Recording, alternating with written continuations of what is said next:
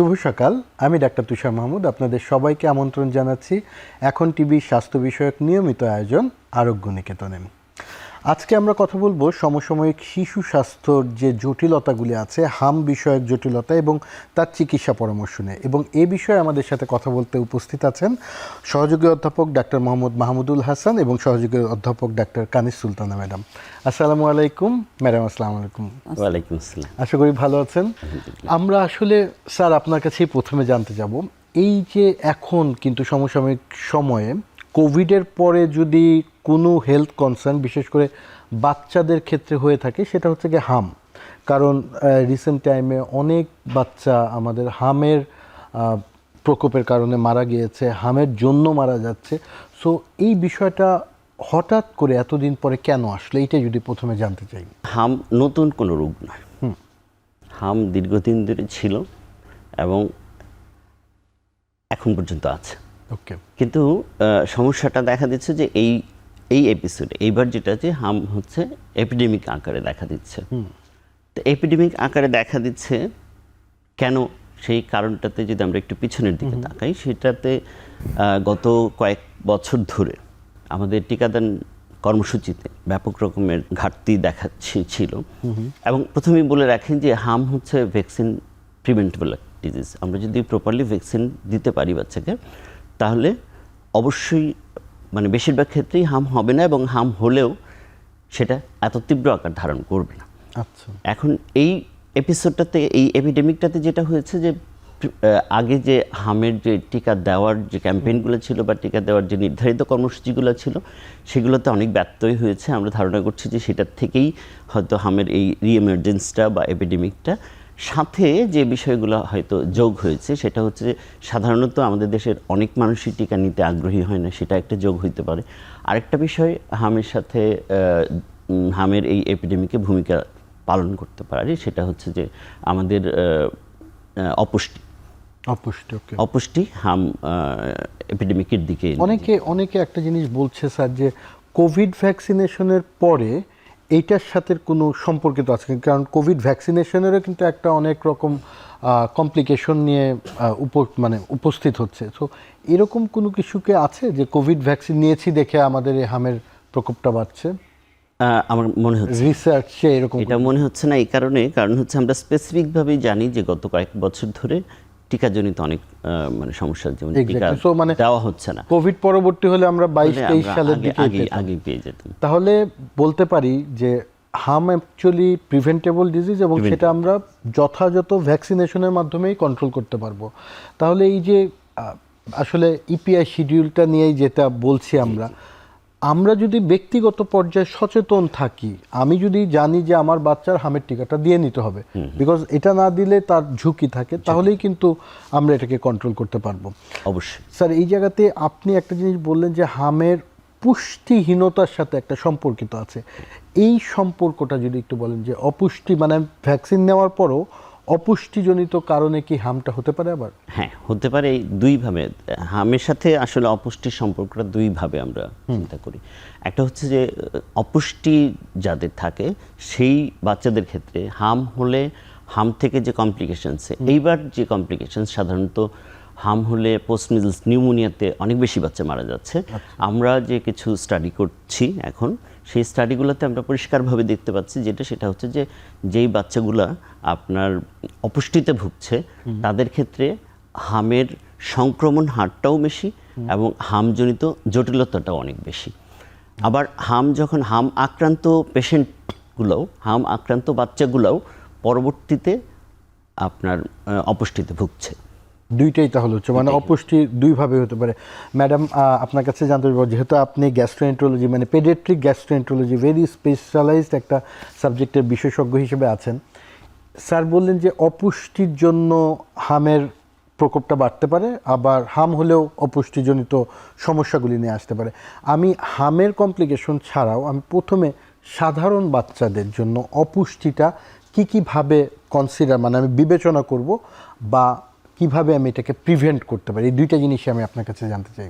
যেসব বাচ্চা অপুষ্টিতে ভুগছে তাদের আসলে রোগ প্রতিরোধ ক্ষমতা অনেক কম থাকে অন্যান্য বাচ্চাদের তুলনায়, যার জন্য যে কোনো রোগ যে কোনো রোগের জন্যই তারা কিন্তু তাদের যে কোনো রোগ হওয়ার সম্ভাবনাই অনেক বেশি থাকে।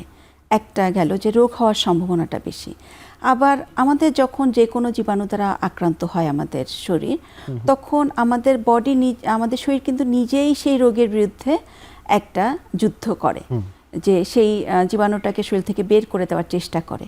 এই বের করে দেওয়ার চেষ্টা করার জন্য আমাদের যে সিস্টেমটা কাজ করে, ইমিউন সিস্টেম আমরা বলি, আমাদের রোগ প্রতিরোধ যে ক্ষমতা যদি আমরা বলি, সেটা কিন্তু আসলে এই যে শিশুরা অপুষ্টিতে ভুগছে, তাদের এই রোগ প্রতিরোধ ক্ষমতাটা অনেক কম থাকে। যার জন্য আমরা যে শুনলাম যে রিসার্চে দেখা গিয়েছে যারা হাম আক্রান্ত হচ্ছে, এদের অপুষ্টিতে আক্রান্ত শিশুদের মধ্যে হামের সংক্রমণ যেমন বেশি, এবং এই সংক্রমণ পরবর্তী যে জটিলতা সেটাও কিন্তু অনেক বেশি হচ্ছে। এই জন্য অপুষ্টিটা একটা বড় ভূমিকা পালন করছে।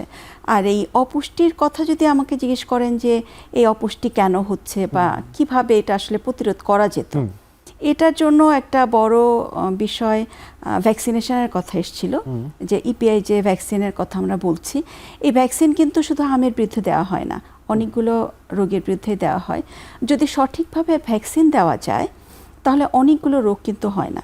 যখনই একটা শিশু ঘন ঘন রোগ আক্রান্ত হয়, তখনই তার শরীরে পুষ্টির চাহিদাটা বেড়ে যায়, এবং সেই পুষ্টির চাহিদা অনুযায়ী সে যদি খাদ্য গ্রহণ না করে, তখন কি হয়? তখন কিন্তু সে অপুষ্টিতে আক্রান্ত হয়। তাহলে এই যে আমরা যে টিকাটার কথা বলছি, এই টিকা যে তাকে এই রোগ থেকে শুধু বাঁচাচ্ছে তা না, ভবিষ্যতে রোগ আক্রান্ত হওয়ার অন্য কোনো কারণে রোগ আক্রান্ত হওয়ার সম্ভাবনাও কিন্তু কমাচ্ছে।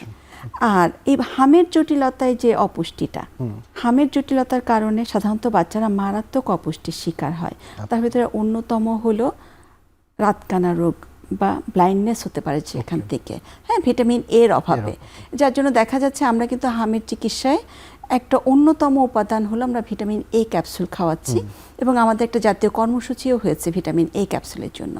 এখন এটা তো এছাড়াও যে ভিটামিনগুলো আছে, vitamin B, vitamin C, D, এগুলো সবই কিন্তু এই যে এগুলো কোত্থেকে আমাদের শরীরে আসে, এই ভিটামিনের উৎস কি? উৎস কিন্তু একটাই, খাদ্যের মাধ্যমে। এবং এই খাবারটা আমাদেরকে খেতে হবে, এবং কোন খাবারটা খাবে? ভিটামিনযুক্ত খাবারটা খেতে হবে। এবং দেখা গিয়েছে যে একটা ভুল ধারণা কিন্তু আমাদের মধ্যে আছে। অনেকেই মনে করেন যে হাম আক্রান্ত শিশুকে মনে হয় দুধ, ডিম, তারপরে মুরগির মাংস এগুলো হয়তো দেওয়া যাবে না, এরকম একটা কিন্তু ভুল মিথ একটা ধারণা প্রচলিত আছে। এখান থেকে দেখা যাচ্ছে শিশু যখন হাম আক্রান্ত হচ্ছে, তাকে বরং খাবার কম দিচ্ছে, মনে করছে যে দুধ ডিমের কারণে পরবর্তী জটিলতা হবে। এই যে একটা ভুল ধারণা, এখান থেকেও কিন্তু শিশুরা অপুষ্টি। কিন্তু আমি সাধারণ বাচ্চা যারা আছে তাদের পুষ্টির বিষয়ে কি কি জিনিস কনসিডারেশনে রাখলে একটা সাধারণ বাচ্চা, মানে আমি হামের ঝুঁকিতে বলছি না, অপুষ্টিতে পড়বে না? কি ধরনের খাদ্যাভ্যাস বা কোন ধরনের খাবারগুলো? আপনি বললেন সাধারণ ফাস্টফুডটাকে প্রিভেন্ট করতে হবে, কিন্তু হামের বাচ্চা তো একদম ছোটোবেলা থেকে বাচ্চাদের হতে পারে যে যা এখনও মায়ের দুধের পাশাপাশি অন্য সাধারণ খাবারগুলি শুরু করছে। কি ধরনের খাদ্যাভ্যাস রাখলে এই অপুষ্টিহীনতায় মানে পড়বে না? এটা যদি বলেন, এটা আসলে কিন্তু একদম শুরু করতে হবে মা থেকে। হ্যাঁ, একটা সাধারণ সুস্থ শরীরের মা কিন্তু একজন সুস্থ বাচ্চা জন্ম দেবে। তাহলে এই পুষ্টিটা কিন্তু আমরা মনে করি যে শিশু জন্মের পর থেকে, আসলে এই পুষ্টিটা মা থেকেই শুরু করতে হবে। আমাদের দেশে কিন্তু এখনও 18 বছরের নিচের কিশোরী মার সংখ্যা কিন্তু কম না। এই কিশোরী মায়ের কিন্তু শরীরের ডেভেলপমেন্টটা যেমন হয়নি, তেমন পুষ্টি জ্ঞানও কিন্তু তার কম আছে। এবং গর্ভকালীন সময়ে যে বাড়তি পুষ্টিটা দরকার, গর্ভকালীন সময়ে যে ভিটামিন, যে প্রোটিন, যে ভিটামিন ডি, ক্যালসিয়াম, এগুলো যে বাড়তি দরকার হয়, আয়রন, এটা কিন্তু পাচ্ছে না। যার জন্য এই বাচ্চাটা অপুষ্টি নিয়েই জন্মাচ্ছে। তাহলে যদি আমাকে পুষ্টির কথা জিজ্ঞেস করেন, বাচ্চার পুষ্টি মায়ের গর্ভ থেকেই শুরু। এরপরে জন্মানোর 1 ঘন্টার মধ্যে বাচ্চাকে যদি প্রথম মায়ের বুকের দুধ দেওয়া যায় এবং 6 মাস পর্যন্ত যদি শুধুই বুকের দুধটা কন্টিনিউ করা যায়, তাহলে কিন্তু এই যে আমরা অপুষ্টির কথা বলছি, ভবিষ্যৎ অপুষ্টি আপনি 50% বেশি কমিয়ে আনতে পারবেন।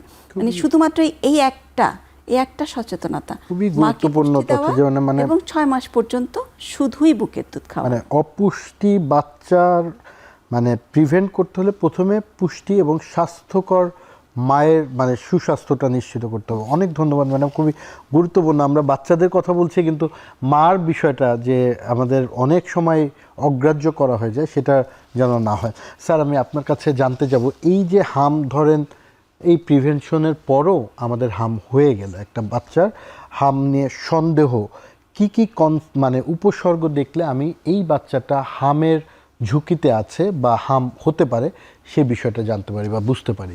সাধারণত যেটা হয় সেটা হচ্ছে যে হাম হলে প্রচণ্ড জ্বর হয়, জ্বরের সাথে কনজাংটিভাইটিস থাকে, ক্যাটারাল সিমটমস যেমন নাকে পানি, এগুলো থাকতে পারে। এরপর যেটা হয় হচ্ছে টিপিক্যাল র্যাশ। টিপিক্যাল র্যাশটা সাধারণত ফেস থেকেই শুরু হয়, ফেস থেকে ডাউনওয়ার্ডস এটা যায় এবং ম্যাকুলোপ্যাপুলার র্যাশ হয়। আরেকটা জিনিস হয় যে কপ্লিক স্পটস বলি আমরা, যেটা হচ্ছে ইয়েতে পাওয়া যায়, তালুতে হয়। তো এই সিমটমগুলো আরও অনেক ভাইরাল ফিভারেও হতে পারে, তবে এই হামের ক্ষেত্রে কপ্লিক স্পটটা মোটামুটি স্পেসিফিক, আর হচ্ছে আপনার র্যাশের যে ডিস্ট্রিবিউশনটা এটা আমরা মোটামুটি ক্লিনিক্যালি হাম হিসেবে বুঝতে পারবো। তারপরে যদি হাম হয় সাথে সাথে বাচ্চাকে আর অন্য কোনো উপসর্গ হতে পারে? যে এগুলি তো একদমই কার্ডিনাল সাইন, যে আমি যদি বলি একদম মানে ক্লাসিক্যাল প্রেজেন্টেশন। অনেককে কি এই উপসর্গগুলি ছাড়াও অন্য কোনো উপসর্গ নিয়ে প্রেজেন্ট করতে পারে, মানে কনসার্নে নিবে কিনা? ভাইরাল যে ডিজিজগুলো, ভাইরাল ডিজিজগুলো অলওয়েজ মানে তার প্যাটার্ন চেঞ্জ করে। ওকে, প্যাটার্ন চেঞ্জ করার কারণে ইদানিং আমরা অনেক হামের রোগী পাচ্ছি যেগুলোতে টিপিক্যাল সিমটমসগুলো নেই। ওকে, যেমন ইভেন র্যাশের পরিমাণও সেরকম সিগনিফিক্যান্ট র্যাশ অনেক বাচ্চার ক্ষেত্রেই আমরা পাচ্ছি না। এটা হলো একটা ইস্যু। আরেকটা ইস্যু হলো যে আমরা যদি অনেকেই হামকে খুব হালকাভাবে দেখে, সাধারণত গ্রামাঞ্চলে হামের বিষয়টাকে খুব একটা পাত্তাই দেওয়া হয় না। যেমন আমার কলিগ যেরকম বলেছে যে হাম হলে উল্টা খাবার দাবার বন্ধ করে দেওয়া হয়। তো হাম সম্পর্কে আসলে বিভিন্ন ধরনের ভুল কিছু বিশ্বাস প্রচলিত আছে, যার কারণে অনেক সময় যে আমরা টিপিক্যাল হামগুলোকে সবসময় আমাদের কাছে পাবো সেরকম না। সেই ক্ষেত্রে দেখা যায় যে হামের একটা রোগী আপনার কাছে একেবারে অজ্ঞান অবস্থাতেও চলে আসতে পারে। আচ্ছা, অজ্ঞান অবস্থায় মেনিনজাইটিস ডেভেলপ করে চলে আসতে পারে হচ্ছে নিউমোনিয়ার ফুল ফিচার নিয়ে চলে আসতে পারে, respiratory distress, severe respiratory distress নিয়ে চলে আসতে পারে। আর র্যাশ থেকে তেমন কিছু হয় না। র্যাশগুলো সাধারণত হামের র্যাশের সাথে অন্য র্যাশগুলোর পার্থক্য হচ্ছে এই র্যাশগুলো চলে যাওয়ার পরে একটু ব্ল্যাকেনিং হয়। এটা থেকে আমরা একটু ধারণা করতে পারি যে এটা হয়তো হাম থেকেই হয়। তবে হামের কমপ্লিকেশনস অনেক বেশি, কমপ্লিকেশন নিয়েও আসতে পারে, আবার শুধু হাম নিয়েও আসতে পারে। শুধু হাম নিয়ে একটা বাচ্চা যখন আসছে, যে বাচ্চা খেলাধুলা করছে, সব কিছু স্বাভাবিক আছে, অনেক বাবা মাই হয়তো অগ্রাহ্য করে, জ্বর আসলে হয়তো কনসার্নে নিয়ে নিচ্ছে।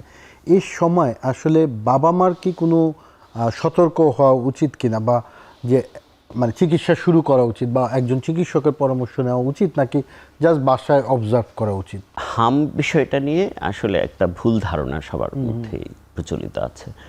একটা কথা আপনাকে মনে রাখতে হবে যে হাম কোনো সাধারণ ভাইরাল ডিজিজ নয়। হ্যাঁ, হাম হচ্ছে মানে বিশ্বে কন্টেজিয়াস ডিজিজগুলোর মধ্যে, হাইয়েস্ট কন্টেজিয়াস ডিজিজগুলোর মধ্যে একটা। সুতরাং হাম সম্পর্কে শুরু থেকেই খুব সতর্ক থাকতে হবে। আপনার টিপিক্যাল সিমটম যদি হয়, তা আমাদের দেশের বাবা মায়েরা সাধারণত পাড়া থেকে আশেপাশ থেকে ওষুধ খেয়ে ভালো হয়ে যায়। এখন সমস্যাটা বাধে কখন? সমস্যাটা তখনই দেখা দেয় যে আমাদের সাধারণ বাবা মারা যারা, তাদের মধ্যে একটা বিশ্বাস প্রচলিত আছে যে আমার বাচ্চার জ্বর ভালো হয়ে গেছে এবং র্যাশ চলে গেছে, তার মানে আমার বাচ্চার হাম ভালো হয়ে গেছে। আমাদের বিপত্তিটার শুরু কিন্তু এখানটাই। আমাদের বাবা মাদের বুঝতে হবে যেটা, সেটা হচ্ছে যে জ্বর এবং র্যাশ ভালো হয়ে গেলেই হাম ভালো হলো না, বরং হামের জটিলতার শুরুটাই এই সময়ের পর থেকেই। 4 থেকে 6 সপ্তাহ পর্যন্ত বাচ্চাকে আপনার প্রচণ্ড রকমের মানে দেখাশোনার মধ্যেই রাখতে হবে, না হলে যে জটিলতাগুলো দেখা দিচ্ছে, এবং এই যে সিভিয়ার জটিলতাগুলো দেখা দিচ্ছে এই অসচেতনতার জন্য। সবাই এরকম একটা ধারণা করছে যে বাচ্চার জ্বর হয়েছে, জ্বর ভালো হয়ে গেছে, র্যাশ হয়েছে, র্যাশও ভালো হয়ে গেছে, তার মানে আমার বাচ্চা ভালো হয়ে গেছে। এই যে একটা ধারণা, এই ধারণাটাই হামকে আরও জটিল করে তুলছে। আসলে হামের যে ইমিউনি ডেফিসিয়েন্সি হয়, সেই ইমিউনি ডেফিসিয়েন্সিটা একটা বিশেষ ধরনের ইমিউনি ডেফিসিয়েন্সি, এটাকে আমরা ইমিউন অ্যামনেশিয়া বলি। ইমিউন অ্যামনেশিয়া হলো এমন এক ধরনের ইমিউনো ডেফিসিয়েন্সি যেখানে হাম হওয়ার পর বাচ্চার যে প্রিভিয়াসলি যে ডিজিজগুলো তার হতো এবং বাচ্চা নিজে যেই রোগগুলো আগে প্রতিরোধ করতে পারতো বা বাচ্চার ইমিউন সিস্টেম যেই রোগগুলো সম্পর্কে ধারণা করতো এবং প্রতিরোধ করতে পারতো, হাম হওয়ার পরে ওই ইমিউন অ্যামনেশিয়া হয়, memory T cell B cell destruction হয়, যার কারণে এই আগে যে তার রোগগুলো ছিল বা রোগগুলো হইতো যেগুলো কমনলি কমব্যাট করা যেত, সেই ইমিউন সিস্টেম সেগুলো কমব্যাট করতে পারছে না, খুবই রিকগনাইজই করতে পারছে গুরুত্বপূর্ণ একটা পর্যায়ে আমরা আছি। হামের এই যে কমপ্লিকেশন এবং এই যে দীর্ঘমেয়াদী হামের যে উপসর্গহীন অবস্থায় থাকতে পারে সেটা নিয়ে কথা বলবো, নিব ছোট্ট একটি বিরতি।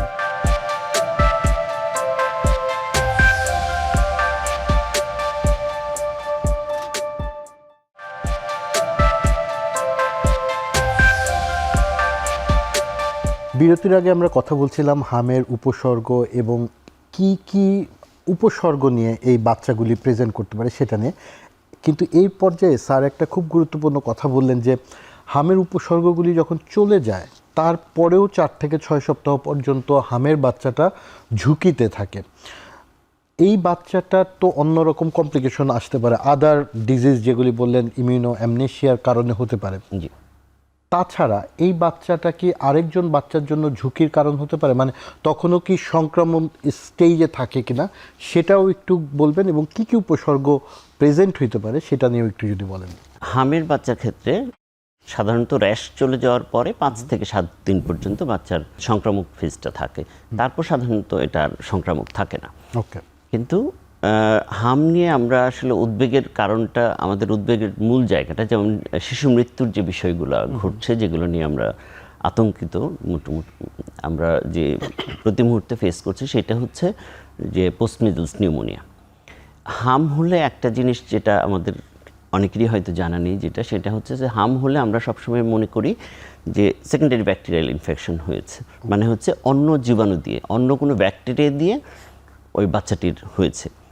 কিন্তু এই ব্যাকটেরিয়া দিয়ে যদি হয় সেই ক্ষেত্রে নিউমোনিয়াকে অ্যান্টিবায়োটিক দিয়ে প্রতিরোধ করতে পারে। কিন্তু হামের ক্ষেত্রে আরেকটা নিউমোনিয়া যেটা হয় জায়ান্ট সেল নিউমোনিয়া বলি, যেটা সাধারণত যেটা হাম যে জীবাণুটা সেটা নিজেই করে, নিজেই এই নিউমোনিয়ার কারণ হয়, এবং এই নিজেই নিউমোনিয়ার কারণ হওয়ার কারণে অ্যান্টিভাইরাল যে ড্রাগগুলো, আসলে ইফেক্টিভ কোনো অ্যান্টিভাইরাল ড্রাগ এখনও আসলে এই জায়ান্ট সেল নিউমোনিয়া যেটা ভাইরাসজনিত যে নিউমোনিয়া, সেই নিউমোনিয়ার জন্য আসলে ইফেক্টিভ কোনো চিকিৎসা নেই। একই সাথে যেটা হয় সেটা হচ্ছে যে যেহেতু তার প্রচণ্ড রকমের ইমিউন ঘাটতি থাকে, সেই কারণে অনেক সময় অপরচুনিস্টিক যে ছত্রাকগুলো, যেগুলো অপরচুনিস্টিক ফাঙ্গাল ইনফেকশন যেটা, সেই ফাঙ্গাস দিয়েও অনেক সময় তার নিউমোনিয়া হয়। সুতরাং অন্য বাচ্চাদের যে নিউমোনিয়া, সেই নিউমোনিয়ার সাথে হামজনিত নিউমোনিয়ার ব্যাপক একটি পার্থক্য রয়েছে। সেই কারণে এই হামের যে নিউমোনিয়া যেগুলো হচ্ছে, সেই হাম থেকে নিউমোনিয়াগুলো এত বেশি কমপ্লিকেটেড হচ্ছে দুইটা অর্থে। একটা হচ্ছে ব্রড স্পেকট্রাম অ্যান্টিবায়োটিক বা উচ্চমাত্রার অ্যান্টিবায়োটিক প্রয়োগ করেও অনেক সময় ফল পাওয়া যাচ্ছে না, সাথে আরও যোগ হচ্ছে আপনার ভাইরাল নিউমোনিয়া এবং কোনো ক্ষেত্রে ফাঙ্গাল ইনফেকশন বা ফাঙ্গাল জনিত জটিলতা, যার কারণে হাম এর নিউমোনিয়াটা অনেকটা জটিল হয়ে যাচ্ছে। এটা হচ্ছে ইমিডিয়েট যে কমপ্লিকেশনসগুলো আমরা পাচ্ছি। তাছাড়া যদি ভিটামিন এর অভাবজনিত কারণে চোখের সমস্যাগুলো দেখা যায়, তা এছাড়া যেটা হয় যে লং টার্ম কমপ্লিকেশন হিসেবে একটা রোগ সাধারণত যেটা হয়, একটা দীর্ঘমেয়াদে অনেক সময় পরে যে রোগটা হয়, সেটা হচ্ছে সাব অ্যাকিউট স্ক্লেরোজিং প্যানএনকেফালাইটিস। এটি হচ্ছে এমন একটি রোগ, যে রোগটি হলে বাচ্চাকে আর বাঁচানোর কোনো সুযোগ নেই। সুতরাং হামের যে হাম পরবর্তী যে জটিলতাটা, সেটা আসলে হামের সাথে সাথে এবং র্যাশের সাথে সাথে শেষ হয় না, একই সাথে 4 থেকে 6 সপ্তাহের মধ্যে সতর্ক থাকলে হয়তো শেষ হয়, কিন্তু এটার দীর্ঘমেয়াদী যে মৃত্যু ঝুঁকি সম্পন্ন যে জটিলতাগুলো, সেগুলোও রয়ে যায়।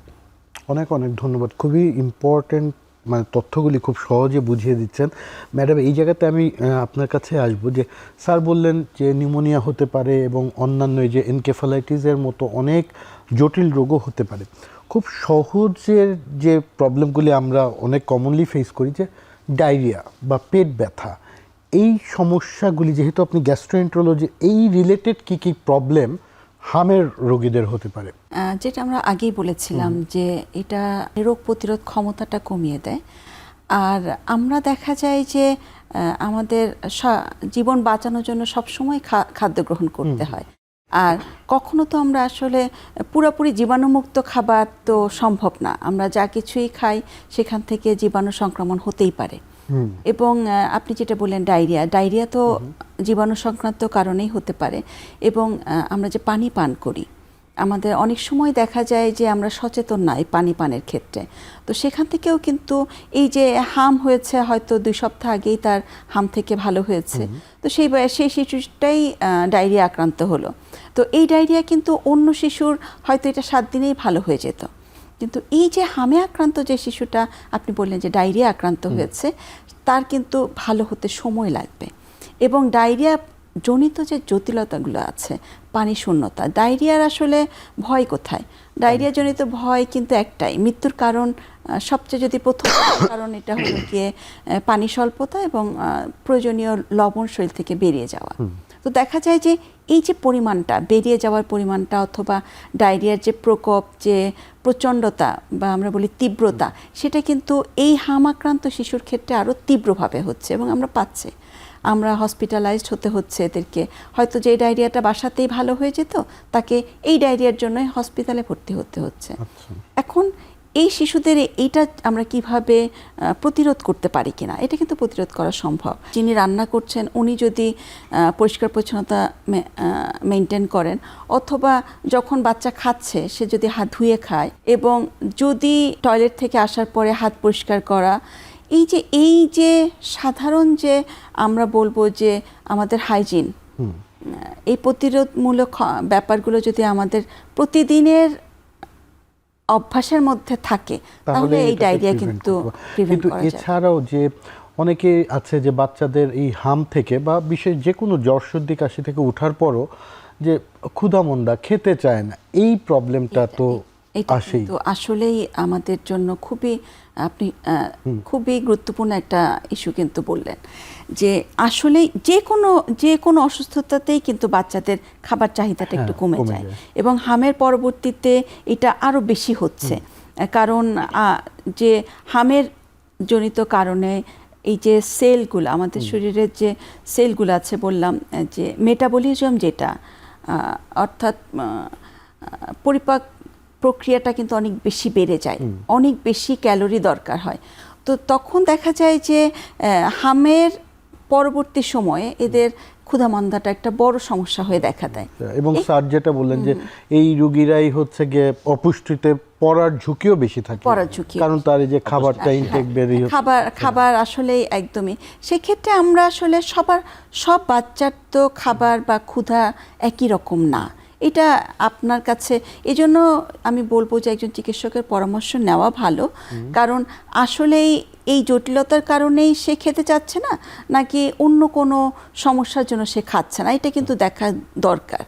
আর যদি মনে করি যে এই অসুস্থতার জন্য সে খাচ্ছে না, তো আমরা জোর দিব কোন ধরনের খাবারের প্রতি। সে এই সময় কম খাচ্ছে, কমই খাবে, খেতে চাইবে না, এটাই স্বাভাবিক। এসব ক্ষেত্রে আমরা চেষ্টা করব যে এমন খাবার দিতে যেটা যাতে আমরা বলি যে পুষ্টিগুণ অনেক বেশি। এর মধ্যে প্রোটিন, যেটা আমরা প্রথমেই বলছিলাম যে আমাদেরকে প্রোটিনটাকে দিতে হবে। তো প্রোটিনের ভিতরে মাছ, ডিম, দুধ, এগুলো, মুরগি, এগুলো যেন আমরা দেই। ডাল, ঘন করে ডাল, দেখা যাচ্ছে যে বাচ্চা অন্য কিছু খাচ্ছে না, কিন্তু আমি যদি একটু মুরগি স্যুপ করে দেই বা মুরগিটা করে দেই, হয়তো বাচ্চা এটা খাবে। তো এইটার প্রতি আমরা জোর দিব। আর আমরা বাচ্চাদের খাবারটা কখনোই ব্লেন্ডার করব না। আমরা যখনই ব্লেন্ডার করব, অনেকে মনে করে যে বাচ্চা এখন কিছু খাচ্ছে না, বাচ্চা 2 বছর বয়স, একদমই কিছু খেতে চাচ্ছে না, তো জোর করে ব্লেন্ডার করে চামচ দিয়ে খাইয়ে দেওয়া যাবে। তো আপনি যখনই ব্লেন্ডার করলেন, তখনই কিন্তু এর পুষ্টিগুণ অর্ধেক চলে গেল। যার জন্য ব্লেন্ডার করা যাবে না, ব্লেন্ডার বা ঘেটে খাওয়ানো এই কাজটা করা যাবে না। আমরা কি করব, আমরা বাচ্চাদের খাবারে তেল ব্যবহার করব। অনেকে মনে করেন যে বাচ্চার খাবারে তেল দেওয়া যাবে না, কিন্তু আপনি ভেবে দেখুন যে আমরা বলি যে 5 চা চামচ ভাত থেকে যতটুকু সে এনার্জি পাবে, ক্যালোরি পাবে, ঠিক 1 চা চামচ তেল থেকে কিন্তু সে সেটা পাবে। তো 5 চামচ ভাত খাইয়ে দেওয়া কিন্তু এত সহজ না, বরং 1 চামচ তেল আমি সহজেই খাওয়াতে পারি। তেল তো আর এমনি খাওয়াবে না, আমি যদি এটার তার জন্য যে খাবারটা রান্না করেছি সেখানে যদি তেলটা ব্যবহার করি, অর্থাৎ বাচ্চা অল্প খাচ্ছে কিন্তু সেখান থেকেই কিন্তু সে তার ক্যালোরিটা, তার যে প্রয়োজনীয় শক্তিটা সেটা কিন্তু পেয়ে গেল। এবং ভিটামিন সি জাতীয় খাবার, দেশি ফল যেগুলো আছে এগুলো কিন্তু আমরা দিতে পারি। এটাতে কিন্তু আস্তে আস্তে তার রুচিটা বাড়বে। খাবারের প্রতি আগ্রহ কমে যাওয়ার আরেকটা অন্যতম কারণ হলো জোর করা। আমরা দেখা যাচ্ছে বাচ্চা ভালো ফিল করছে না, তার জ্বর আছে, তখনও কিন্তু আমরা মনে করি যে না, এখন তো খাবারের সময় হয়েছে, তো এখনই দিতেই হবে। বিভিন্নভাবে জোর করাতে তার এখন খাবারের প্রতি আসলে একটা ভীতিই চলে আসে, যার জন্য যেটা কিনা আমি যদি ওই সময়ে একটু সচেতন হতাম যে ওই 7 দিন, ওই 7 দিন যদি তাকে আমি তার রুচি মতো, তার ইচ্ছে মতো খাওয়াতাম, তার সময় মতো, তো দেখা যেত যে খাবারের প্রতি যে অনীহা এটা আর এত দীর্ঘমেয়াদী হয়ে যেত না, এবং এই অপুষ্টিটা কিন্তু আর অপুষ্টিতে সে আর আক্রান্ত হওয়ার সম্ভাবনা থাকতো না। যার জন্য বলবো আমি যে ক্ষুধামন্দা হতে পারে, এবং এই সময়ে আমাদেরকে ধৈর্য ধারণ করে এবং কোন খাবারগুলো দিলে পুষ্টিটা বেশি হবে সেই খাবারগুলোকে এই সময়টাতে দিলে এটা পরবর্তীতে এত দীর্ঘ সময়ের ক্ষুধামন্দা আর তার থাকবে না। খুব সহজেই এই যে আমাদের কি কি অভ্যাসের মাধ্যমে বাচ্চাদের ক্ষুধামন্দাটা এবং এই যে খাবারের প্রতি অনীহাটা কাটাতে পারি, এটা নিয়ে সহজে বললেন। নিব ছোট্ট একটি বিরতির পর আমরা এসে কথা বলবো এই যে হাম রিলেটেড অনেক রকম চিকিৎসা পদ্ধতি আছে, সেগুলির কোনটা অ্যাকচুয়ালি গ্রহণ করা উচিত, কতটুকু নেওয়া উচিত, কি কি পদক্ষেপ নিলে আমরা রাইট ওয়েতে চিকিৎসাটা কন্টিনিউ করতে পারবো, এই বিষয়গুলি নিয়ে কথা বলবো। নিব ছোট্ট একটি বিরতি।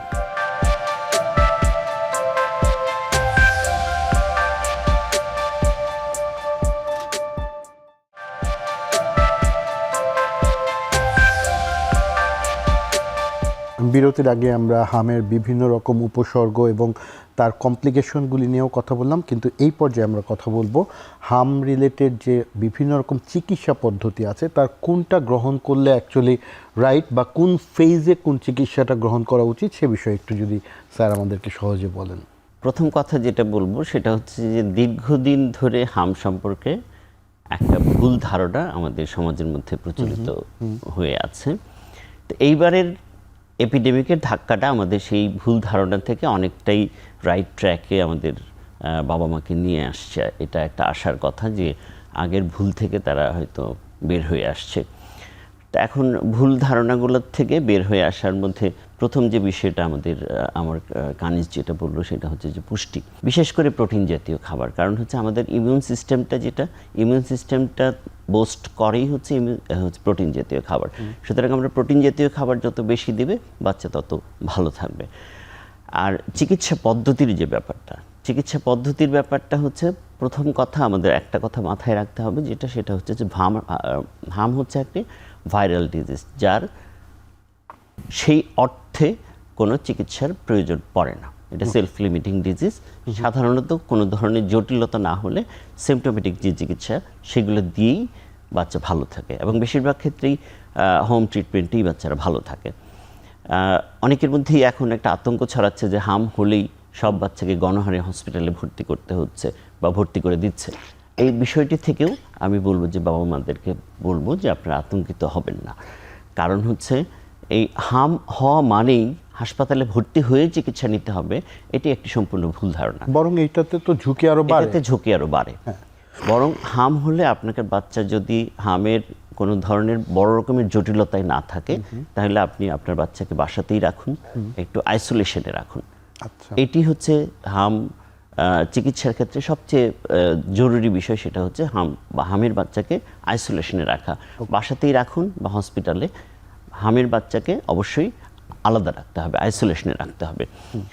আর আইসোলেশনে রাখার পর তার যে ফিভার থাকবে, জ্বর যেটা থাকবে, জ্বরের জন্য আমরা অ্যান্টিবায়োটিক বা যদি তার রানি নোজ বা শুধুমাত্র প্যারাসিটামল জাতীয় ট্রিটমেন্ট এবং কমপ্লিকেশনসের জন্য সতর্ক থাকা। কমপ্লিকেশনসের জন্য প্রস্তুত এবং সতর্ক কিভাবে থাকবো? প্রথম কথা হচ্ছে যে আপনার বাচ্চা যখন হামে আক্রান্ত হবে, আইসোলেশনের পাশাপাশি আপনার উচিত হবে আপনার বাচ্চাকে জনসমাগম স্থল এড়িয়ে চলা, বিভিন্ন উৎসব অনুষ্ঠানে যোগদান থেকে আপনার বাচ্চাকে নিয়ে যোগদান থেকে বিরত থাকতে হবে। যদি জ্বর না থাকে সেক্ষেত্রে স্কুলে যাওয়াটাও অ্যাভয়েড করতে হবে। স্কুলে যাওয়াটাও অ্যাভয়েড করতে হবে। জনসমাগম যে কোনো স্কুল অথবা উৎসব অনুষ্ঠান এগুলো এড়িয়ে চলতে হবে, কারণ সে ইমিউনো কম্প্রোমাইজ থাকে। অন্য বাচ্চার যে জীবাণু দিয়ে আক্রান্ত হবে না, সে এই জীবাণু দিয়ে সহজেই আক্রান্ত হয়ে যাবে এবং অন্যের জন্যও তো ঝুঁকি, অন্যের জন্য বাচ্চার জন্য, দুই ক্ষেত্রেই এটা ঝুঁকিপূর্ণ। কিন্তু কোনো ফেজেই তো প্রথমে অ্যান্টিবায়োটিক জাতীয় ওষুধ শুরু করার কোনো প্রয়োজনীয়তা নেই না, যদি হাম কমপ্লিকেটেড না হয় সেই ক্ষেত্রে আমরা শুধুমাত্র জ্বর হয়েছে দেখে আসলে সেই অর্থে নেই। কিন্তু একটা অ্যান্টিবায়োটিকের কাভারেজে এখন আমাদের যে গাইডলাইন, যে নতুন যে গাইডলাইন হয়েছে সেই গাইডলাইন অনুযায়ী এখন আমরা অ্যান্টিবায়োটিক ফলো করি। সুতরাং সেই গাইডলাইনে বলা আছে যে কখন কিভাবে অ্যান্টিবায়োটিক দিতে হবে, ডাক্তারদের জন্য নির্দেশনা দেওয়া। অবশ্যই চিকিৎসকের পরামর্শ। অনেক অনেক ধন্যবাদ স্যার। ম্যাডাম, আমি আপনার কাছে জানতে যাব, স্যার বললেন তো ওষুধ দিয়ে কিভাবে চিকিৎসা করা যাবে, এর মধ্যে ভিটামিন এ এর কথাটা বললেন যে এটা সাপ্লিমেন্ট হিসেবে আমাদের অ্যাড করতে হবে। এই সময় বাচ্চাদের অবশ্যই পুষ্টিকর খাবার, কিন্তু আপনি যেমন এর আগে একটা আমাদেরকে টিপস দিলেন যে 5-6 চামচ ভাত খেতে পারতেছে না, একটু তেল দিয়ে ভাতটা একটু মেখে যদি 2 চামচও খাওয়ানো যায় উইল বি হেল্পফুল। এরকম আরও কিছু পরামর্শ কি আছে যে হামের সময়ে আমি বাচ্চাদের খাওয়াটা কীভাবে নিশ্চিত করতে পারি? যেমন কিছুদিন আগে আম ছিল, আমটা ভিটামিন এ জাতীয় খাবার, খুব হেল্পফুল তার জন্য ছিল, ভিটামিন এ সাপ্লিমেন্ট না করে। এরকম আরও কিছু পরামর্শ আছে কিনা? ধন্যবাদ। আসলে যেটা আমি বলছিলাম যে তেলের বিষয়টা, তেলটা আসলে যদি সে পরিবারের রান্না করা খাবারটাই খায়, তো বাচ্চা যতটুকু খাবে ওই খাবারটা আলাদা করে তুলে ওই তরকারির মধ্যেই এক্সট্রা 1 চা চামচ তেল অ্যাড করে যোগ করে দিলেই কিন্তু ওর পুষ্টিটা বেড়ে গেল। আর আপনি আমের কথা যেহেতু আসলো, আমের কথা যদি বলেন যে এই ফল যেটা, তো আম আসলে বাচ্চারা যদি এই সময়ে আমরা যদি এভাবে বলি যে আম খাক অন্য খাবারের পরিবর্তে, এটা আসলে খুব যে সাহায্য হবে আমার কাছে মনে হয় না। কারণ দেখা যাবে যে শুধুমাত্র আমে তো হাই ফাইবার থাকে, তো আম খাওয়ার কারণে তার আর অন্য খাবার চাহিদাটা আর থাকলো না। আমরা যেমন বারে বারে জোর দিচ্ছি যে প্রোটিন জাতীয় খাবারটার প্রতি খুব জোর দিচ্ছি, তো সেই ক্ষেত্রে আমরা যেটা করতে পারি, ডিম খাওয়াতে পারি। আচ্ছা, বাচ্চাকে বিভিন্নভাবে ডিম খাওয়ানো যায়। ডিমের অনেক ধরনের অনেক উপায়ে ডিম খাওয়ানো যায়, এবং ডিম একটা খুবই মানে কমপ্লিট একটা ফুড খাবার হিসেবে কাজ করতে পারে। তো বাচ্চা কিছুই খাচ্ছে না, আমি একটা ডিম সিদ্ধ করে খাওয়াতে পারি, ডিমের পুডিং করে খাওয়াতে পারি, যেভাবে হোক, ডিম ভাজি করে, তো হ্যাঁ জি একটা স্যুপ করে খাওয়ানো যায়। তার কারণ এই সময় বাচ্চাদের তরল জাতীয় খাবারটা কিন্তু একটু তরলের পরিমাণটা একটু বেশি দরকার হয়। তো এই সময় আমরা যদি এইভাবে স্যুপ করে খাওয়াই, মুরগির স্যুপ করে খাওয়ানো যায়, ডিমের স্যুপ করে খাওয়ানো যায়, এবং ফল হিসেবে কলা একটা আদর্শ খাবার হিসেবে এখানে আমরা ব্যবহার করি। যদি ফল না খেতে পারে, ফলের জুস করেও, ফ্রেশ ফলের জুস করেও খাওয়ানো যায়। আমরা ফলের জুসটাও খুব বেশি করতে চাই না, কারণ দেখা যায় যে যদি আমরা ফলের জুসের কথা বলি, যে অন্য খাবার না খাইয়ে পুরো 1 গ্লাস মানে মিল্কশেক খাইয়ে দিল, খাইয়ে তখন আবার পুষ্টিটার অভাবটা হয়ে গেল। আমরা বলবো যে বাচ্চা বিশেষ করে 5 বছর পর্যন্ত বাচ্চাদেরকে আমরা দুধটা দিব। 2 বছরের নিচের বাচ্চাদেরকে আমরা গরুর দুধটা না দেওয়ার চেষ্টা করব, কিন্তু 2 বছরের উপরের বাচ্চাদেরকে আমরা দুধ এবং দই, দুধ মানে গরুর দুধ অ্যাভয়েড করতে পারলে তাহলে আমরা ওই যে প্যাকেটজাত দুধ, যেগুলো গুঁড়া দুধ, জি এইসব দুধ খেতে দিব। এবং 2 বছরের বাচ্চারা তো মায়ের বুকের দুধ খায়। এই সময় যেসব শিশুরা মায়ের বুকের দুধ খায় বেশি বেশি খাবে। আচ্ছা, দুধ খাওয়ানোর পরিমাণটা আরো বাড়িয়ে দিব। দুধও এখানে একটা আদর্শ খাবার, এবং দই খাওয়াতে পারে। দুধ দই এটা কিন্তু একটা প্রোটিনের আমাদের একটা সোর্স হতে পারে আমিষ জাতীয় খাবার আর কি, প্রোটিন যেটা আমরা আমিষের কথা বলছি। আর ফলের কথা আমরা এসেছিলাম। ফল আমরা বলবো যে ফল হিসেবে কলা আমরা বলি, এবং যেগুলো দেশি ফল আছে, দেশি ফলগুলি দেশি ফল, কারণ ভিটামিন সিও এখানে সিও এখানে রোগ প্রতিরোধ ক্ষমতার জন্য কিন্তু সিও অনেক গুরুত্বপূর্ণ, দরকারি একটা জিনিস।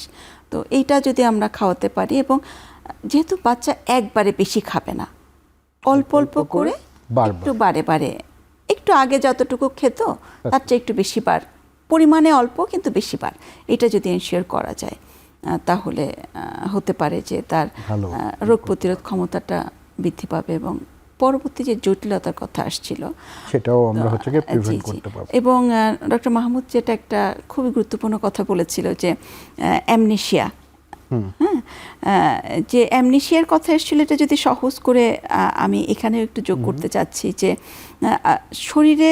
শিশুর শরীর জন্মের পর থেকে যত জীবাণুর সংস্পর্শে এসেছে, সেই জীবাণুকে কিন্তু তার রোগ প্রতিরোধের জন্য তার শরীরে একটা রোগ প্রতিরোধের একটা ক্ষমতা তৈরি হয়েছিল। দেখা যায় যে হাম পরবর্তীতে ওই যে আগের থেকে যে রোগ প্রতিরোধের যে ক্ষমতাটা আসলে তৈরি হওয়া ছিল, সেটাও কিন্তু ধ্বংসপ্রাপ্ত হয়। দেখা যায় যে অনেক দিন পর্যন্ত সে যে জীবাণুটাকে সে চিনতে পারত, আমরা সেটাকে ভুলে যাই। খুবই গুরুত্বপূর্ণ একটা ইনফরমেশন দিলাম। আমি নিব এই পর্যায়ে ছোট্ট একটি বিরতির পরে এসে হামের তো চিকিৎসা এবং কীভাবে আমরা জানতে পারি, বুঝলাম কিভাবে একে প্রতিকার করতে পারি, প্রিভেন্ট করতে পারি, সেই বিষয়ে আমি জানি ভ্যাকসিন দিয়েই করতে পারি, কিন্তু আরও কিছু আছে হেলথ অ্যাডভাইস যার মাধ্যমে আমি এবং আমার পরিবার, আমার সন্তানকে প্রিভেন্ট করতে পারবো এই হাম থেকে। বিরতির পরে এসে জানছি।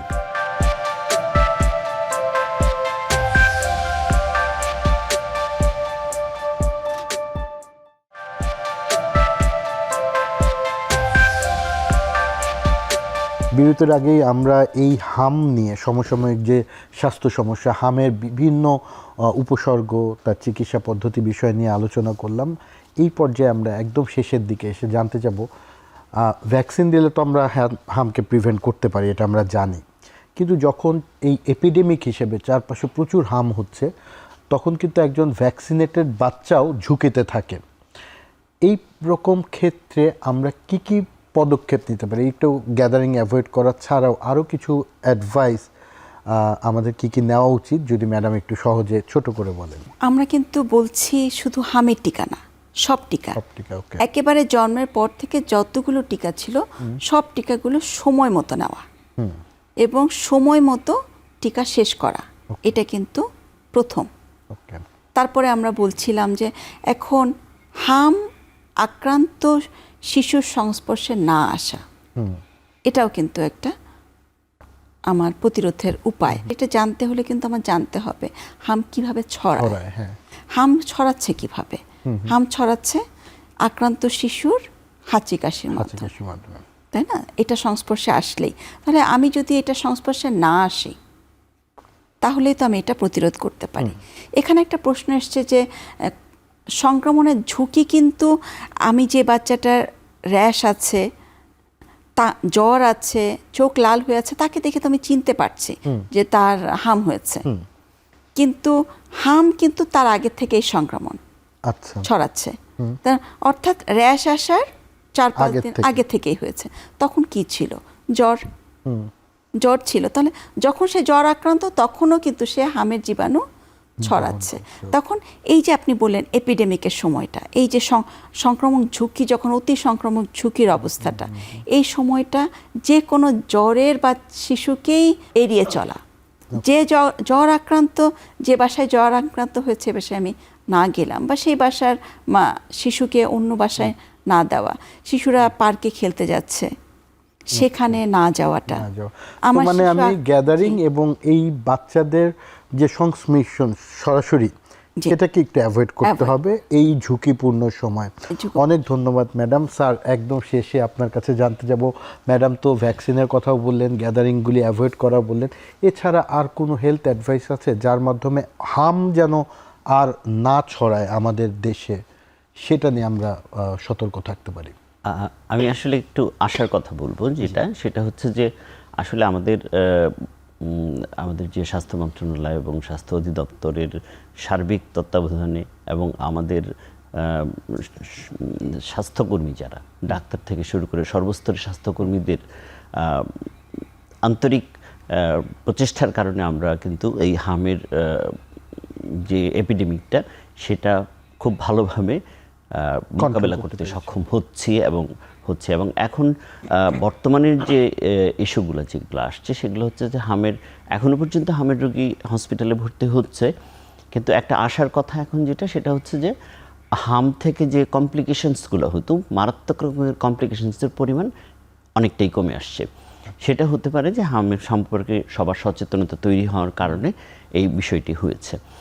তো হাম প্রতিরোধে কয়েকটা স্তরে আসলে কাজ করতে হবে। একটা, আমাদের দেশের প্রেক্ষাপটে আমি যেটা বলবো সেটা হচ্ছে হাম সম্পর্কে মানুষের যে মনের মধ্যে যে এতদিন ধরে যে ভুল ধারণাগুলো ছিল সেগুলো দূর করে হাম সম্পর্কে একটা মাস ক্যাম্পেইন করে হাম সম্পর্কে মানুষকে সচেতন করে তোলা, যাতে তারা হামের টিকা সহ অন্য টিকাগুলো সঠিকভাবে নেয়।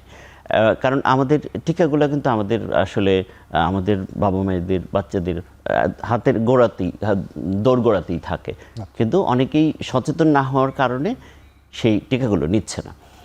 আর হাম স্পেসিফিক করে যদি হামের কথাটা আমি বলি, তাহলে হামের কথাটা বললে হাম একেবারে ভ্যাকসিন প্রিভেন্টেবল ডিজিজ। আমরা যদি পুরো মাত্রায় ভ্যাকসিনেশনটা এনশিওর করতে পারি তাহলে হামকে আমরা আগের মতো আবার নিয়ন্ত্রণে নিয়ে আসতে পারবো ইনশাল্লাহ।